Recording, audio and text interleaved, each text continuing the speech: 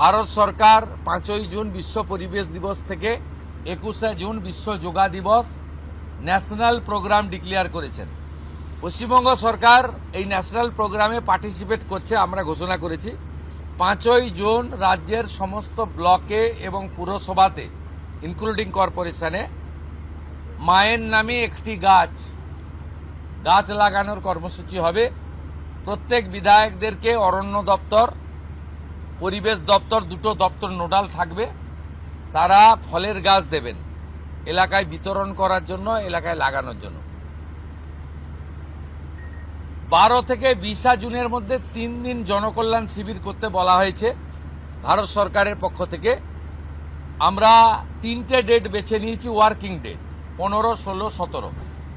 আমরা সিএস এর মাধ্যমে প্রশাসনকে বলেছি স্কুলে যেন না হয়, যাতে ক্লাস হ্যাম্পার না হয়। বিডিওরা এবং পুরসভার ক্ষেত্রে সিওরা আর কর্পোরেশনের ক্ষেত্রে কমিশনাররা দায়িত্বপ্রাপ্ত হবেন।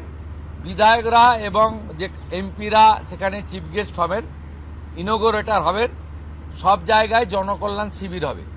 সেখানে ভারত সরকার এবং রাজ্য সরকারের চালু থাকা এবং আগামী দিনে আসতে চলা সমস্ত স্কিম আমরা তার বেনিফিট মানুষকে দেব এবং সচেতন করব। 15, 16, 17 জুন।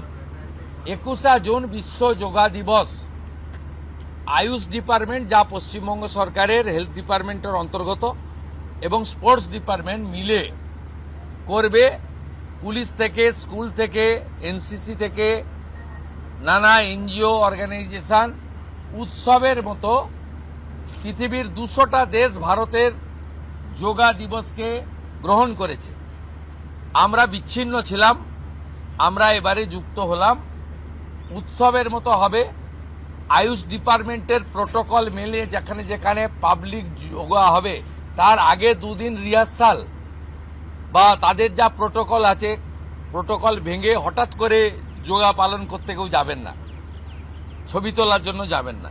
সেই প্রোটোকল মেনে তারা করবেন।